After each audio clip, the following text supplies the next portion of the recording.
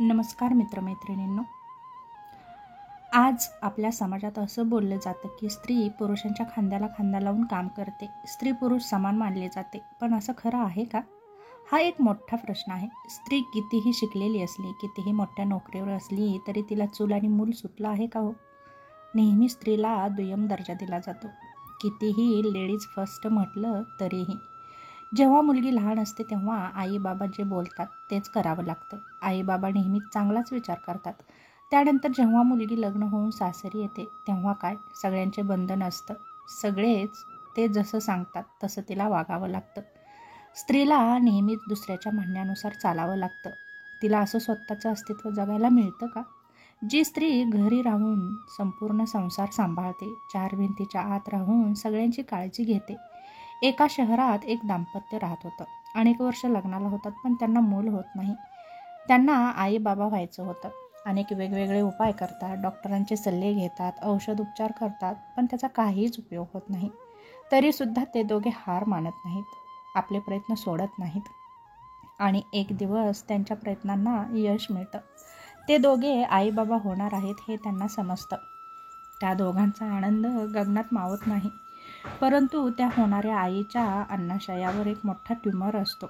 तो गर्भधारणेनंतर हळूहळू वितळू लागला आणि सर्व काही व्यवस्थित होत होतं.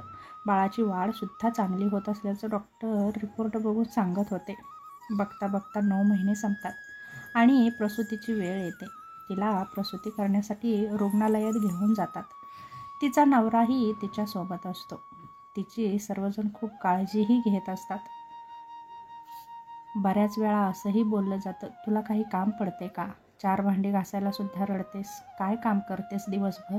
आम्ही काम करून येतो, 4 पैसे कमवून घर चालवतो. तू काय करतेस? घरात बसून एवढं पण नाही करता येत का? अशा बऱ्याच गोष्टी जी घरी असते, काही कमवत नाही, तिला नेहमी बोललं जातं. असं का? ती जी दिवसभर घरात सगळ्यांसाठी उठल्यापासून रात्री झोपेपर्यंत तिचं काम काही संपत नाही, तरीही तिलाच का असं बोललं जातं? ती माणूस नाही आहे का? की फक्त काम करण्याची मशीन आहे? तिला मन नाही का? तिला स्वतःची आवड निवड जपण्याचा अधिकार नाही का? का ती स्वतःच्या मर्जीने काही करू शकत नाही? 1 रुपया जरी खर्च करायचा असला तरी तिला विचारावं लागतं. असं का? कारण ती संपूर्ण दिवसभर घरी असते म्हणून. ती बाहेर जाऊन पैसे कमवत नाही म्हणून स्वतःच्या पायावर घर सांभाळता सांभाळता ती खचून जाते. घरचं सांभाळता सांभाळता, सगळं करता करता ती स्वतःच्या पायावर उभं राहायचं विसरून जाते. म्हणून स्वतःची स्वप्ने विसरून सगळ्यांची स्वप्ने कशी पूर्ण होणार आहेत, त्यासाठी काय केलं पाहिजे याचा विचार करते. म्हणून का तिला विचारलं जातं, तू कुठे काय करतेस? तुला काय कळतं? हे कितपत योग्य आहे? बऱ्याच वेळा बोललं जातं की बायकांचा मेंदू गुडघ्यात असतो. म्हणून खरंच तसं असतं तर तिने किचनमध्ये जेवणाचे नवीन प्रयोग हे केलेच नसते.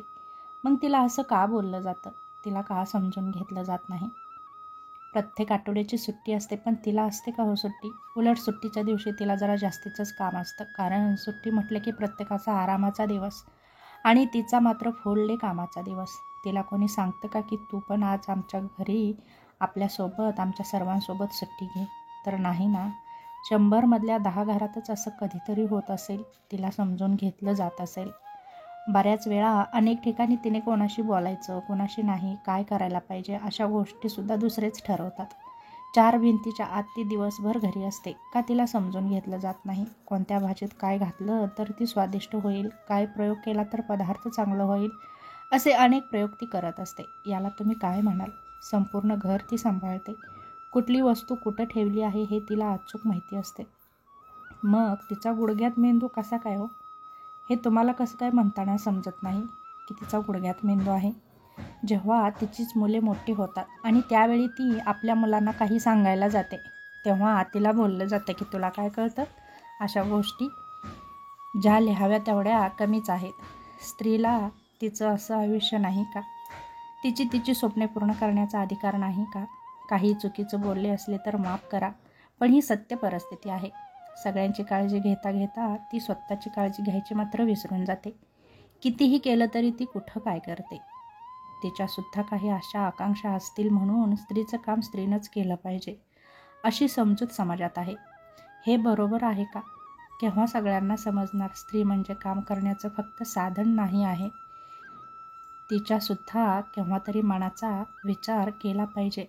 हे जेव्हा पुरुष प्रधान संस्कृतीला समजेल तेव्हा स्त्री कुठंतरी स्वतंत्र होईल. तेव्हा हा छोटासा व्हिडिओ कसा वाटला नक्की सांगा. पुन्हा भेटू अशाच एका छोट्या व्हिडिओसोबत. तोपर्यंत धन्यवाद.